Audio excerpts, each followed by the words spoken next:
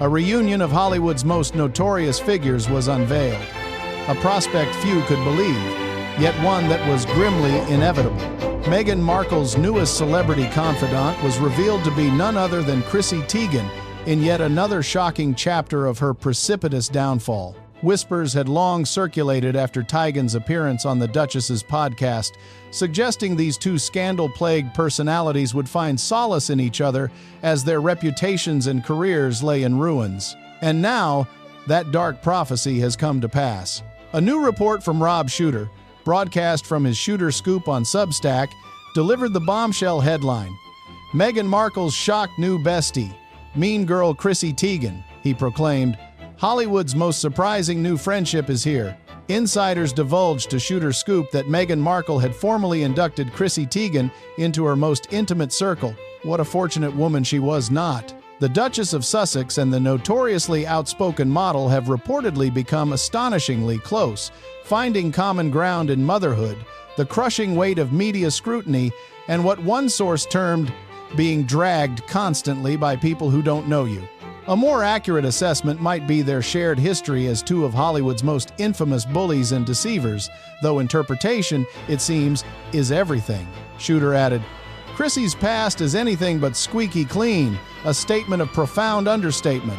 In the year 2021, she endured a massive public reckoning after Courtney Stodden revealed Teigen had sent them vicious private messages, including one that grimly urged them to take a dirt nap. Past tirades resurfaced, with Lindsay Lohan and Farrah Abraham as targets. Chrissy issued a public apology, branding herself a troll and vowing to change a bizarre promise, considering she has now aligned herself with another of her kind. Yet despite the maelstrom of controversy, Meghan has welcomed her with open arms. The pair have been seen at clandestine Montecito lunches and have been caught exchanging provocative messages in exclusive celebrity mother group chats. They get each other, a source claimed. Chrissy is blunt, Meghan is honest, and neither of them trusts the media. Indeed, the media is always the culprit. Their own conduct is never to be questioned. Still, a sense of dread reportedly permeates Meghan's camp. It is far too late for nerves.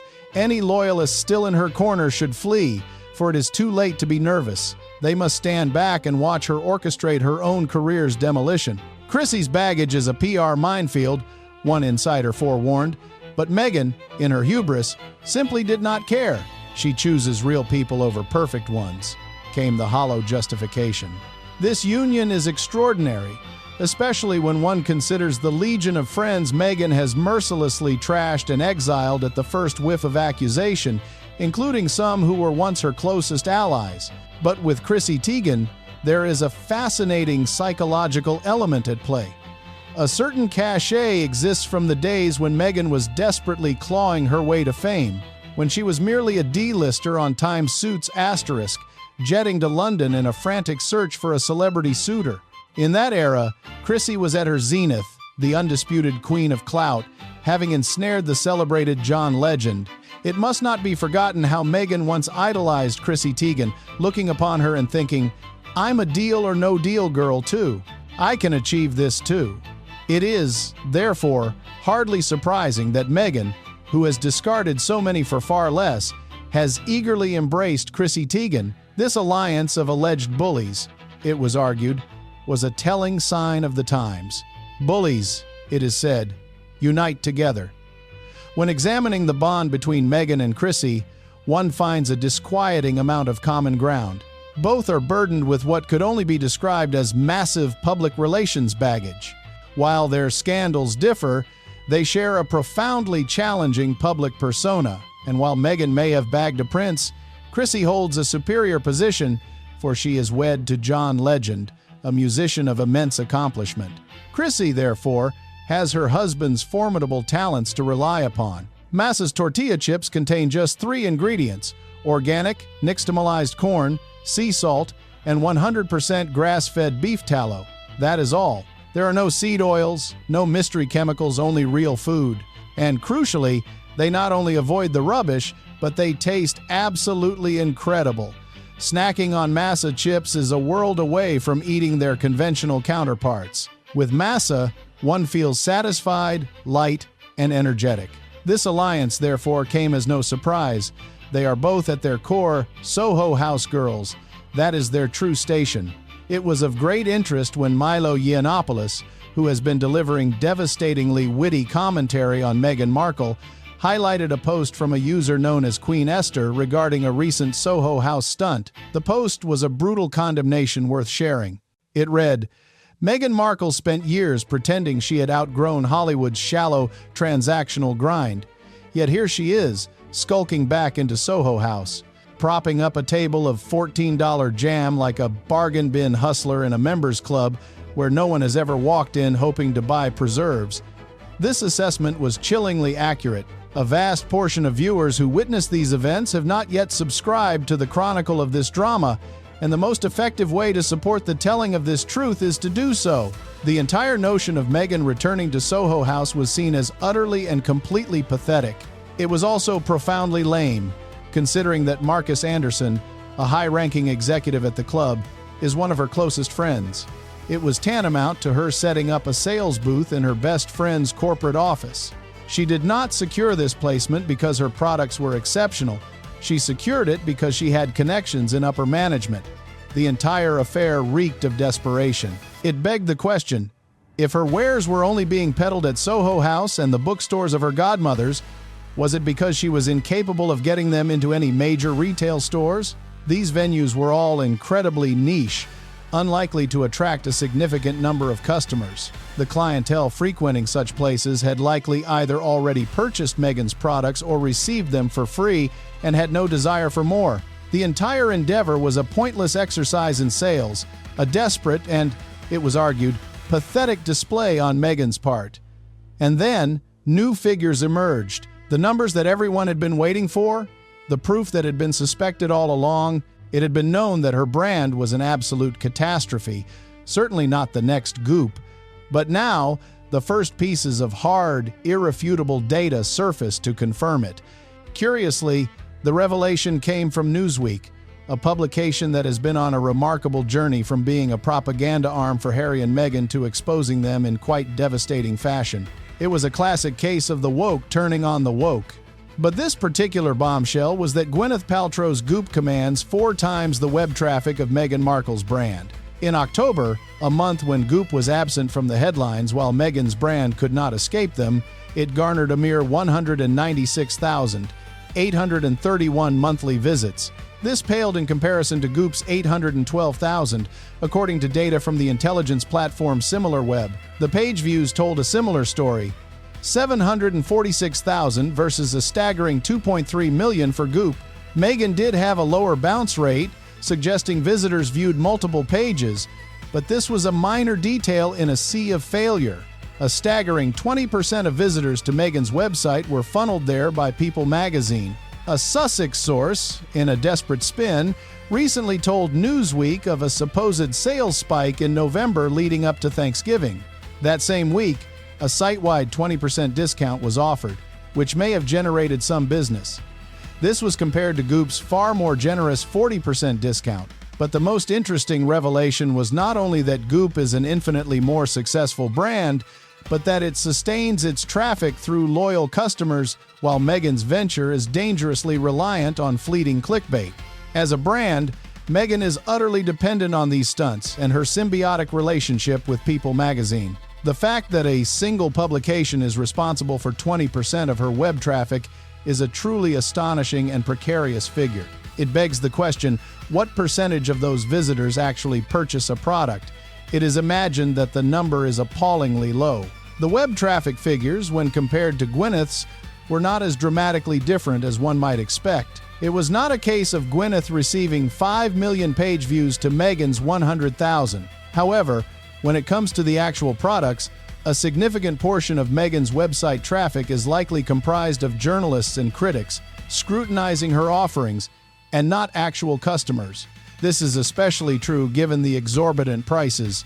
Gwyneth, by contrast, has an established brand with a vast array of products, while Meghan's collection remains pitifully small. Furthermore, the brand's track record is anything but stellar.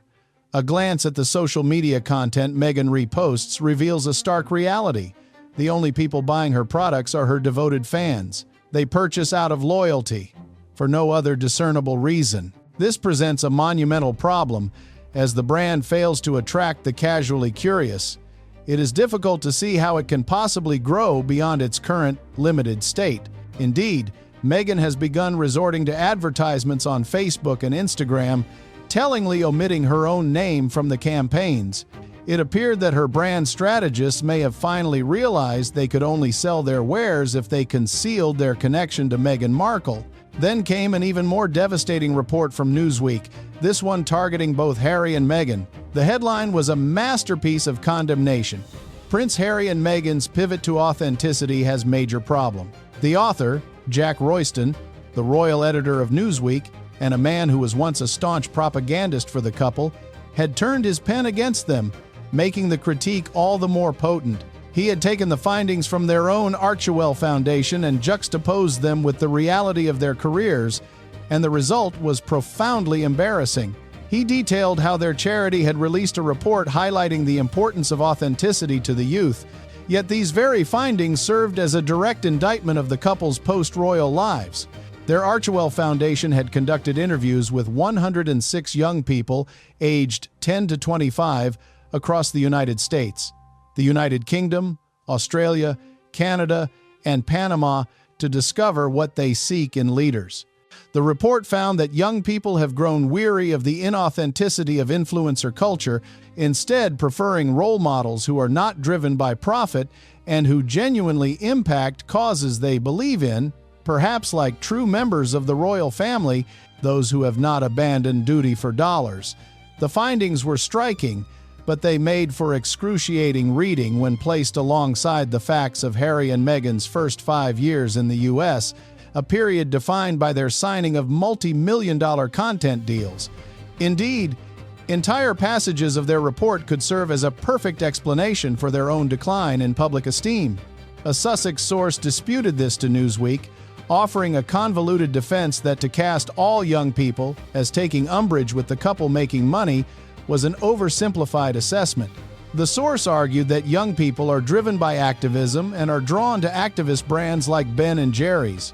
They then made the audacious claim that if one were to view Harry and Meghan as an activist-driven brand, one would see that they show up, do good, and donate a disproportionate amount of their wealth. The fact that they must make money, the source insisted, was a moot point for all except members of the institution.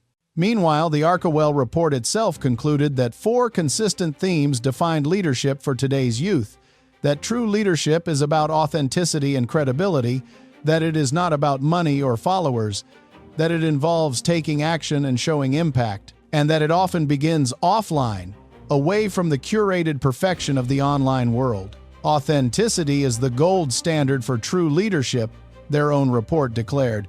It noted that the term influencer was seen as inherently profit-motivated. A young person in Panama was quoted as saying, "Influencers focus more on marketing to sell you something. The game is to make money." Another American participant observed that these digital natives are quick to spot when someone has sold out. The report continued, "We see it time and again that someone who started quite authentic all of a sudden is open to the highest bidder." Some respondents believed that influencers could be positive forces, but only if their motive was not money. The sheer hypocrisy was breathtaking. One's jaw could only hit the floor. It was as if Harry and Meghan had no comprehension of how they are perceived, no awareness that the world sees them as the very embodiment of those who have sold out authenticity and good deeds in a desperate chase for money and clicks. For them to release a report that denounces other influencers for doing precisely what they have done is not merely the height of lunacy. It is a sign of a profound psychological disconnect. They seem to have no grasp of reality, of what their lives have become. What could they possibly have been thinking by publishing this report? It was a document that should have been quietly incinerated, a self-expose written by fools based on the opinions of a mere 125 people. That report should have been thrown in the bin. But first, a moment of clarity. Has one ever truly examined the nutrition label on a common bag of crisps? It is often a chemical cocktail of seed oils, MSG, artificial dyes, and vague natural flavors, more of a science experiment than a snack. It is no wonder one feels bloated, tired, and grim after consuming them. This is why the discovery of masa was so compelling. It is part of a movement back to real food, the kind our ancestors ate before snacks were concocted in laboratories. The purity of masa's tortilla chips is startling, containing just 3 hallowed ingredients: organic, nixtamalized corn, sea salt, and 100% grass-fed beef tallow. Nothing more. There are no sinister seed oils, no mystery chemicals, only real food. And the crucial revelation is this: in their purity, they achieve an incredible taste. To snack on masa is a transcendent experience, leaving one satisfied and energetic, a stark contrast to the lethargy induced by their chemical-laden counterparts. There is no crash, no bloat, no dreadful, sluggish aftermath. Because they are made with authentic food, they are also more satisfying, so one is not mindlessly consuming an entire bag only to feel hungry again. For those who appreciate masa, its sister company, Vandy Crisps, will also be a revelation. Vandy crafts the most delicious 3-ingredient potato chips, delivering proper flavor and crunch without the garbage ingredient list. For those ready to experience this, the code Outspoken unlocks 25% off a first order at masachips.com or vandycrisps.com. Alternatively, one can simply click the link in the video description or scan the on-screen QR code to claim this delicious offer. For viewers in the United States, Masa and Vandy are now available nationwide at local Sprouts supermarkets. But now, the narrative returns to the unfolding drama. The Archewell report was being examined, and honestly, it was revealed to be a truly dreadful piece of work. The study itself was so minuscule, so utterly insignificant, it was almost deserving of complete dismissal. Yet, it spoke volumes of the delusional realm Harry and Meghan had come to inhabit, a world with no real connection to reality. This disconnection manifested in Meghan's bizarre insistence on being announced by her royal title while walking through a common brownstone, a demand born not of protocol, but of a desperate need to feel important. It was a world they had constructed, a fantasy they both lived within. In this world, it was believed they had to spin a web of lies to one another to maintain the facade. This very foundation of deceit was seen as the reason Meghan's brand and company were destined for failure, for one cannot be truthful about performance when living in denial. When all problems are blamed on others, there can be no growth, no evolution, a fatal flaw in the ruthless world of business.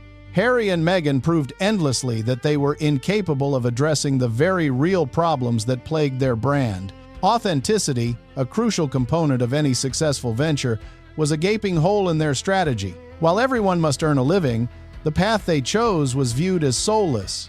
A series of, one might argue, blood money cash grabs, trading family secrets for fortunes. It was a move seen as truly disgusting. And for Harry and Meghan to never acknowledge the grim nature of their actions, for them to not see themselves as terrible people for doing it, simply reeked of inauthenticity. When Harry declared his conscience was clear, the world knew it was a hollow pronouncement. Such falsehoods do not work in the court of public opinion. This is precisely why their brand languishes in the doldrums, led not by truth, but by a dangerous delusion. And reality in the end always trumps delusion, a lesson that has been dealt to Harry and Meghan time and again. It was also noted they were seen as truly contemptible individuals who had surrounded themselves with people of a similar character. The justification for this harsh view was found in their own words, in that condescending line dismissing the public as average Joes, while claiming to give a disproportionate amount of their money. In reality, they were doing no such thing, at least not in percentage terms. Their contributions were far less than that of an average person donating through Just Giving or GoFundMe, people who give generously despite a cost of living crisis and exceedingly tough times. Indeed, the only specific figure they could point to in the Newsweek report was the $1.5 million from Spare, which was an infinitesimally tiny proportion of the fortune Harry made from that book. It was a fascinating and grim insight into how they viewed the common people from their pedestal. This was a couple, it was observed, that shouted about every last penny they provided to charity, and yet it was never very much. There was the $1.5 million from Spare and another $1 million from Harry. From Meghan, however, there was a deafening silence, no record of any such generosity. It was pointed out that even major corporations donate a small amount from every sale, a tiny gesture, but she was not even seen to be doing that. That particular line from their PR team was seen as a catastrophic misstep, revealing the utter incompetence of their camp. It was a terrible response, creating a hostile us versus them narrative. After all, a person with a $40,000 a year salary might give a far greater percentage of their income to charity than Harry and Meghan ever would. For them to make such a claim exposed them as absolute hypocrites entitled arrogant people. It was a truly disgusting glimpse into how their team viewed the rest of the world, while the public had no true idea how much Harry and Meghan actually gave. No one knew the truth. It could have been a huge percentage, or it could have been nothing at all. They resided in a $16 million mansion, paying for 24/7 security, an immense amount of money flowing out of their bank account each month. Had they given, say, 50% of their salary from Netflix to charity? It was highly improbable. A small percentage was the far more likely reality, and one had to be real about the reasons why. The percentage given to charity, it was widely believed, was not about helping charitable causes. It was about tax revenue, a calculated strategy to avoid larger taxes. That, in many opinions, was the cold, hard truth. It also served public relations purposes, allowing them to respond to critical reports. But as they fought their own PR battles, a new front was opening. It was whispered that next year would bring 2 major royal visits to the USA to celebrate the 250th birthday of the great country, and William and Catherine were poised to be the stars. The Sussexes' thunder was about to be stolen. The New York Post reported that William and Catherine would likely join the celebrations the following July, while King Charles and Camilla had been invited to Washington, D.C., for a state visit in April. That visit, of course, was dependent on the king's health. The report was brutally clear. The Montecito-based Harry and Meghan would not be on the guest list. As non-working royals, their presence would not be required. A source stated any invitation would have to come at the behest of the royal family themselves. This was not the outcome Harry and Meghan had expected when they fled to America. They had fantasized about being at the center of political relations between the two countries and absolutely would have expected a starring role in these 250th birthday celebrations. But it was not going to happen. The real royals were wanted, especially if a Trump administration were in power. Oh yes, it was believed Donald Trump would 100% want the genuine article there and would be anxious to host them, perhaps showing off his new ballroom. When it came to Harry and Meghan, it was thought that Meghan, especially, believed they would arrive in the United States and effectively become the royals of America. Of course, that assertion was firmly and universally rejected. It was a delusional fantasy from the very beginning. But now, palpable excitement was building for the arrival of Charles and Camilla, and especially Catherine and William, for the 4th of July celebrations. So great was the anticipation, hotels were already being booked in Washington, D.C. for the 250th anniversary, just in case they appeared. These were promised to be huge, very exciting events, and many could not wait to see the royals show up and demonstrate why they remain, for the United States, one of its favorite groups of people to watch. And as this new chapter began for the firm, a final word was spoken on a ghost from Harry's past. Chelsea Davy. So many had felt positive about her, the woman who had seemingly tamed Harry and wanted the best for him. It was a common thought that if Harry had ended up with her, his life might have looked very different. Now, she has revealed in beautiful pictures her new happiness. She had, in fact, unveiled her new family life in Mauritius with her husband and their 2 children. For Harry, it was speculated that seeing this would be an incredibly difficult blow, for she was the true love that got away. She was, by all accounts, a lovely woman with a fantastic jewelry brand who was a pleasure to work with. She was known to be someone who cared deeply, a quality that set her apart. It was believed that Chelsea truly loved Harry for Harry and was not attached to the title or the trappings of royalty. She loved him for him. He, in turn, had not always treated her particularly well. She was the one who got away, the kind of person royals are always searching for. someone not attracted to the titles, but genuinely invested in the person beneath the crown. You must always be on the lookout for who is invested in you versus who is invested in the influence you hold. It was thought that they had a true love match, in many ways, but she decided their life was not for her. And Harry, not yet strong enough as a man, did not make the decision to follow her, to go and live in Africa. It is believed he would have been incredibly happy in the life Chelsea now lives with her husband. Instead, Harry has been led around by his wife, and many suspect he is rather miserable because he could not make the choices for himself. Another woman had to make them for him, and Chelsea wanted him to man up, and he never could for her. So it was Chelsea, in the end, who lucked out, who dodged a bullet.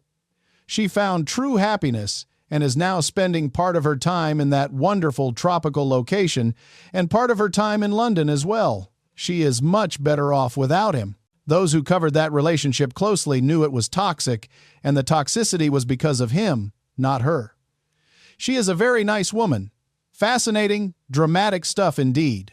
Brittany was thanked for her insights. For those who craved more royal news from around the world, they were directed to subscribe to the Royal News Network on YouTube. For first access to the Royal Uncancelled After Show on Outspoken, a massive Black Friday sale was announced. One could get in while they still could at www.danwhattenoutspoken.com/sale. That special address would give them 35% off. Being a paid member of Outspoken grants first access to the after show Monday to Friday with no advertising whatsoever. One could watch it live or on demand. One could also send a message on Substack and receive a personal reply. It was described as an important part of a free speech community, a beloved platform. Viewers were invited to support the work on Outspoken by joining the community on Substack. One can subscribe completely for free, of course, but for that additional access, the sale was on now for 35% off. It was their biggest ever discount, by the way. The point would not be labored, but it was stated plainly, their biggest ever discount, and it was about to run out. Viewers were urged to go to www.danwootenoutspoken.com/sale. Thanks were given for watching Dan Wooten Outspoken. One was invited to click on his face at the bottom left to subscribe to the brand new independent news source and turn on the notification bell to be alerted to brand new live shows, uncancelled interviews, and special royal episodes. Outspoken is also now available as a podcast, so one can listen to the show every weekday on the go, wherever they are.